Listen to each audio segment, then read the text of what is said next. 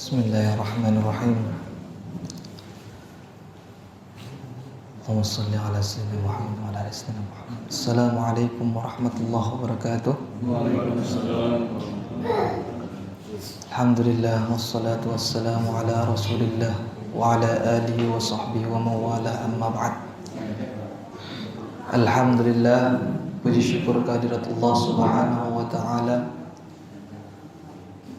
Tuhan semesta alam yang telah memberikan rahmatnya yang tidak terhitung kepada kita, sehingga dengan kasih sayangnya kita kembali bisa menunaikan salah satu langkah menuju kesempurnaan akan ketaatan kepada Allah Subhanahu wa taala. Jadi yang salah satu menjadi cirinya seorang mukmin itu kenikmatan yang paling inti setiap hari dalam dirinya bukanlah kenikmatan hissi yang bisa diterima indera, bukan yang masuk ke kerongkongan, bukan yang dia nikmati dengan tangan telanjang, tapi kenikmatan yang dia syukuri adalah kenikmatan bahwa setiap hari dia masih diberikan kesempatan untuk memenuhi ketaatan kepada Allah Subhanahu wa taala.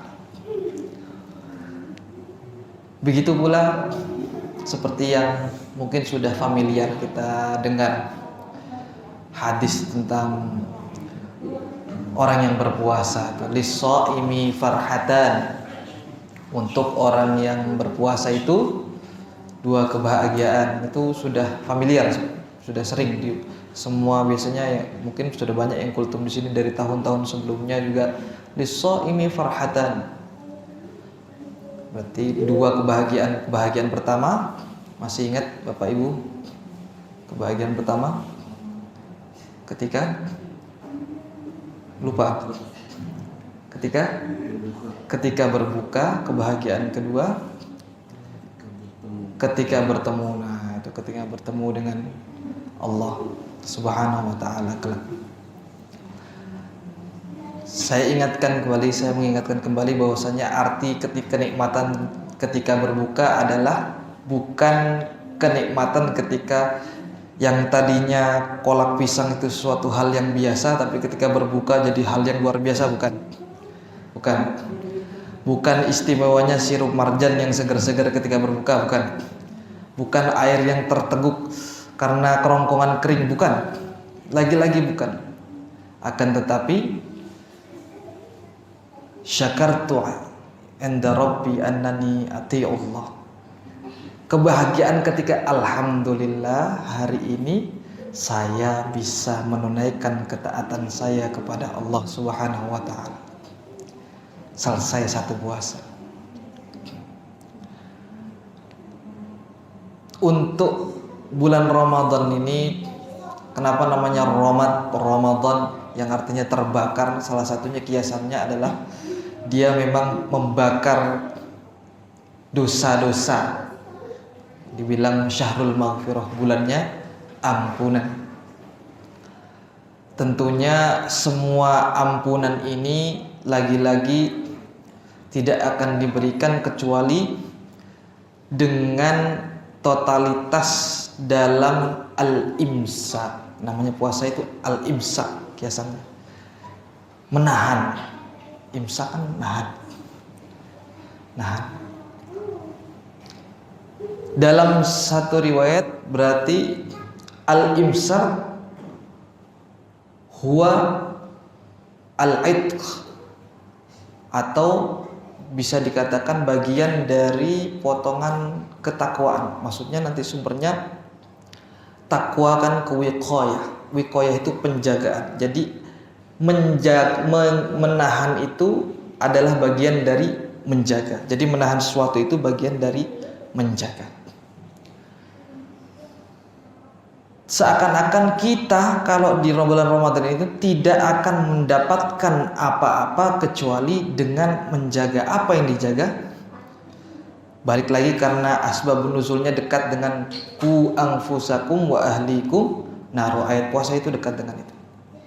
Salah satunya adalah tahapan untuk menjaga kita dengan keluarga kita dari api neraka, murkanya Allah. Ada baiknya menjalankan ini semua dengan benar-benar tekun. Dan ini tidak hanya dengan sekedar kita membaca Quran setiap harinya, berpuasa yang memang sudah menjadi kewajiban, tapi dengan memperhatikan kembali kita, keluarga kita lebih dekat lagi untuk menjaga. Belum lama ini karena saya alhamdulillah diberi kenikmatan Allah untuk mendidik beberapa, mengasuh beberapa santri di pesantren. Saya sudah dekat dengan dunia pendidikan, banyak macam-macam model anak. Ada yang santri kita memang di generasi awal itu yang karena belum ada sekolah, jadi sekolahnya di luar, pulangnya ke pesantren. Dari situ saya benar-benar memahami betul, update lah berita tentang bagaimana kondisi kita saat ini, terutama ya dengan banyak perkembangan ya, mau pandemi kayak apa segala macam krisis luar biasa. Yang ini harus kita tekankan di Ramadan ini, salah satunya ini kiatnya. Anak-anak kita tentunya sudah lumrah yang namanya megang gadget itu sekarang karena semuanya sistemnya daring. Wah, ini ada adik-adik ini, coba diperhatikan nih. Kebebasan memegang HP, kebebasan memegang melihat dunia sosial, media sosial, itu saking lamanya intensitas mereka memegang itu, dan kebanyakan, hampir kebanyakan saya bilang mungkin 80-90% tanpa pengawasan penuh dari orang tua. Jadi seperti apa jauhnya, luar biasa. Ada santri, mohon maaf ini saya katakan karena ini penting.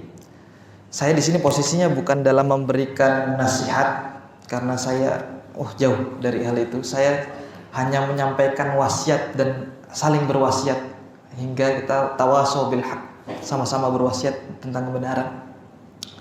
Saya cuma mengingatkan kita sebagai keluarga muslim bahwasanya kita dalam kondisi yang benar-benar genting meskipun kelihatannya tidak ada apa-apa.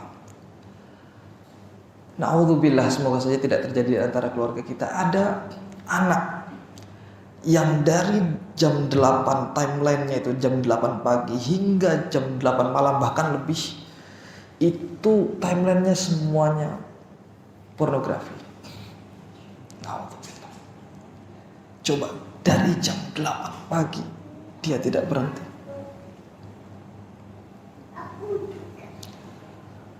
Saya dengan kasus yang seperti itu bukan ini nangis, gimana kondisi kejiwaan si anak ini. Dia bisa dibilang oke pelaku, tapi dia juga korban dengan mungkin dari kita sendiri yang kurang perhatian dengan mereka ini. Belum lagi ada lagi anak yang terperangkap dalam dunia maya. Dia tidak merasa nyaman dengan orang tuanya, dia tidak merasa nyaman dengan keluarganya. Dia nangis jejeritan sampai kejer nangisnya itu karena satu aplikasi dihapus dari HP-nya. Ada aplikasi Telegramnya itu dihapus. Kenapa? Karena ada sekarang yang istilahnya role play. Nah, itu mungkin yang adik-adik yang SMP ini tahu.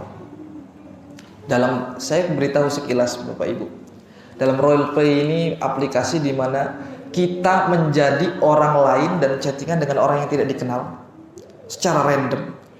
Bisa jadi yang perempuan jadi laki-laki, yang laki-laki jadi perempuan, dan ya sebebas-bebas mereka mengungkapkan dalam posisinya.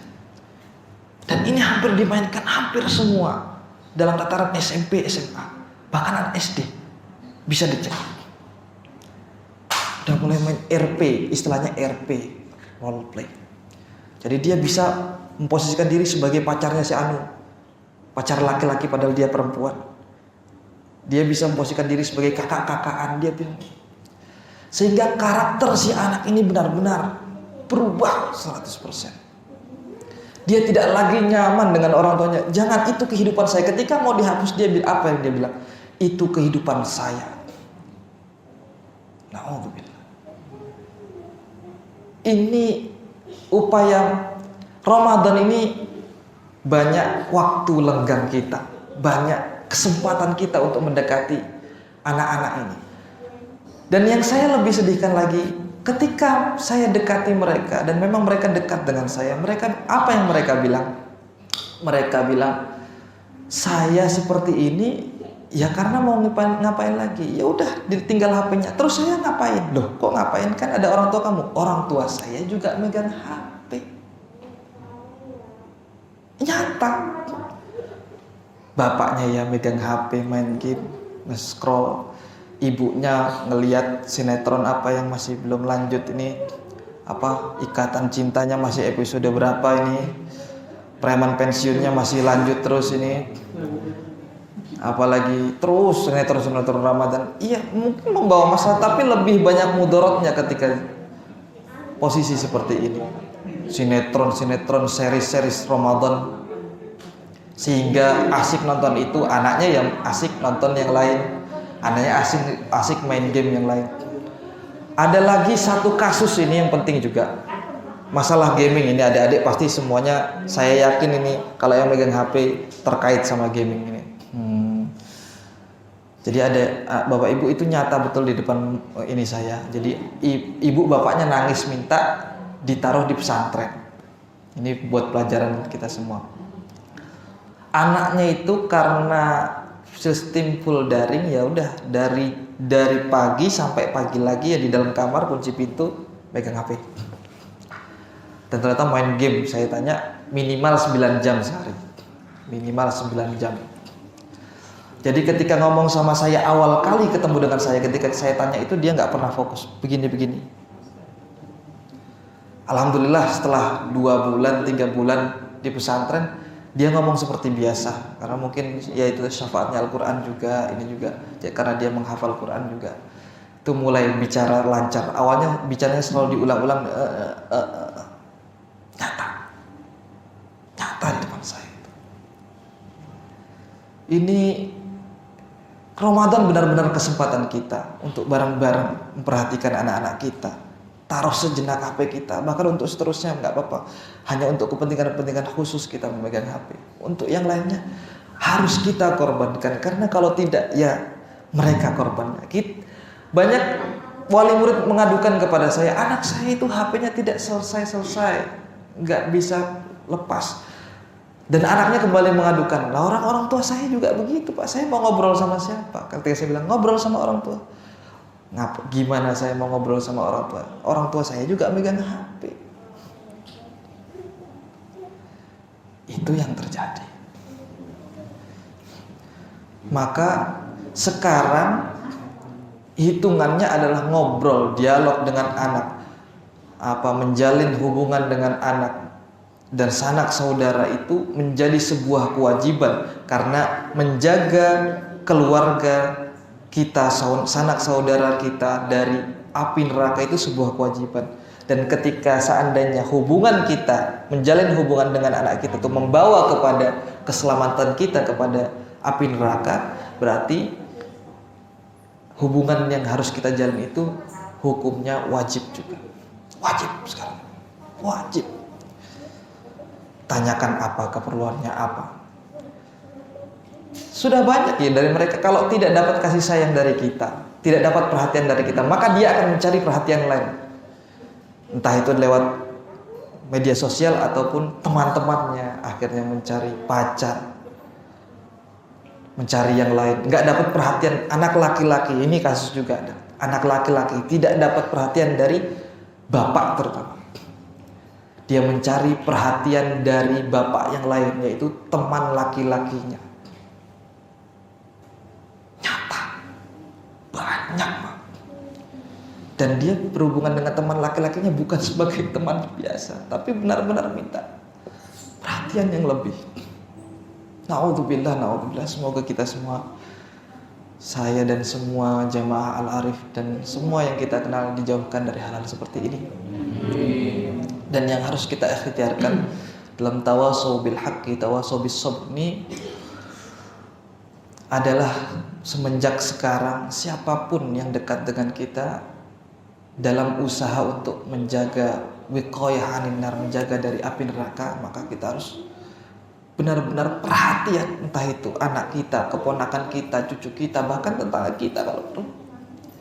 Karena ini benar-benar nyata. Kita biarkan seperti ini 1-2 tahun ke depan, kita akan lihat akibatnya ke belakang. Dan saya bisa jamin ini mungkin sebagian kecil, enggak. Ini sebagian besar, Pak. Sebagian besar anak-anak sekarang. Aplikasinya, makanya kalau udah ada aplikasi anak dikunci itu, suruh buka itu. Karena biar bisa kontrol. Buka. Itu karena kita ngasih suatu kewenangan yang sebenarnya belum bisa dia terima, tapi memang karena kedaruratan kita kasih mereka kewenangan itu dengan syarat kontrol orang tua. Ketika tidak, maka jadi tanggung jawab orang tua ketika anak bermaksiat dengan HP-nya, jadi tanggung jawab orang tua ketika anak jauh dari karakternya karena HP-nya. Begitu. Mungkin tidak banyak yang bisa saya sampaikan ini karena memang saya rasa ini yang depan saya lebih alim-alim semua, lebih banyak ilmunya, lebih arif, karena ini jamaah al-arif. Jadi insya Allah arif-arif bijak semua. Apa yang saya sampaikan cuman saling mengingatkan wasiyah bil wasiyah dalam rangka tawasau hingga kita semua menjadi orang-orang yang sama-sama menuju mukmin, sama-sama menuju muslim, sama-sama menuju sholihin. Amin amin ya rabbal alamin. Baik, segitu saja mungkin. Setelah ini kita lanjutkan menunaikan salat tarawih. Akhirul kalam wa bitaufiq wal hidayah wa ridha wal inayah. Wassalamualaikum warahmatullahi wabarakatuh. Waalaikumsalam.